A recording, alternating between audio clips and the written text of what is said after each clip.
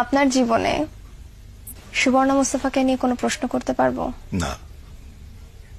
কেন? এই বিষয়টা নিয়ে কথা বলবো না, কারণ আমি কোন অবস্থাতে চাই না তার কোনো অসম্মান হোক, কারণ উনি একসময় আমার স্ত্রী ছিলেন, সেটা আমি সবসময় মাথায় রাখি। আমরা আপনি যদি অ্যালাউ করেন আমি কিছু ব্যক্তিগত প্রশ্ন করতে চাই। একটু আগে বলেছি না, ব্যক্তিগত আর প্রফেশনাল আর পার্সোনাল লাইফটা মোটামুটি ব্লেন্ডেড। No worries. যদি বকা না দেন আর কি, আমি এটাই বলতে চাচ্ছিলাম। অপি, তুমি একটা মানে দর্শক অপির কথা শুনবেন না, আমি বকা দেই না। সুবর্ণাপা আমাদের অত্যন্ত প্রিয় অভিনেতা এবং নির্মাতা হুমায়ুন ফরিদী, তিনি আপনার জীবনের খুব গুরুত্বপূর্ণ একটি অংশ। অবশ্যই। কিন্তু আপনার অনেক ভালো বন্ধু,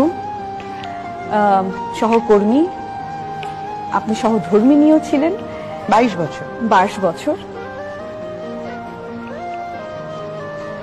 প্রথমে একটা কথা বলেছ, ভালো বন্ধু, বন্ধুত্বটা নষ্ট হয়ে গিয়েছিল। এখন যদি বলো কেন, অনেক কারণ।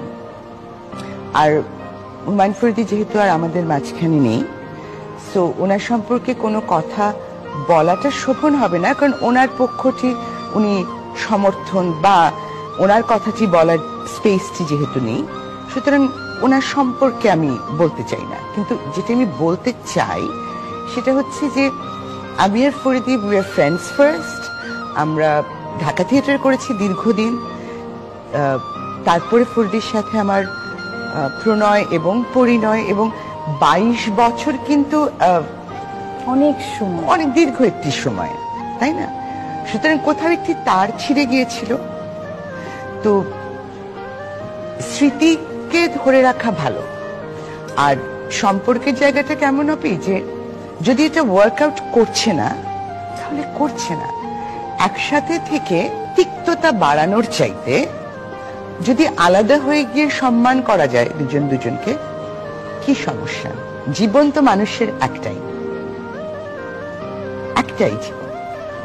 এবং ওই ক্লিশেড কথাই বলতে হয় যে জীবনটাকে সুন্দর করা দরকার, জীবন হচ্ছে এগিয়ে চলার নাম।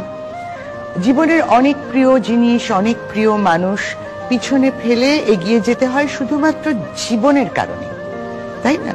Humayun Faridi is a fantastic actor, আমাদের বাংলাদেশের অন্যতম শ্রেষ্ঠ অভিনয় শিল্পী।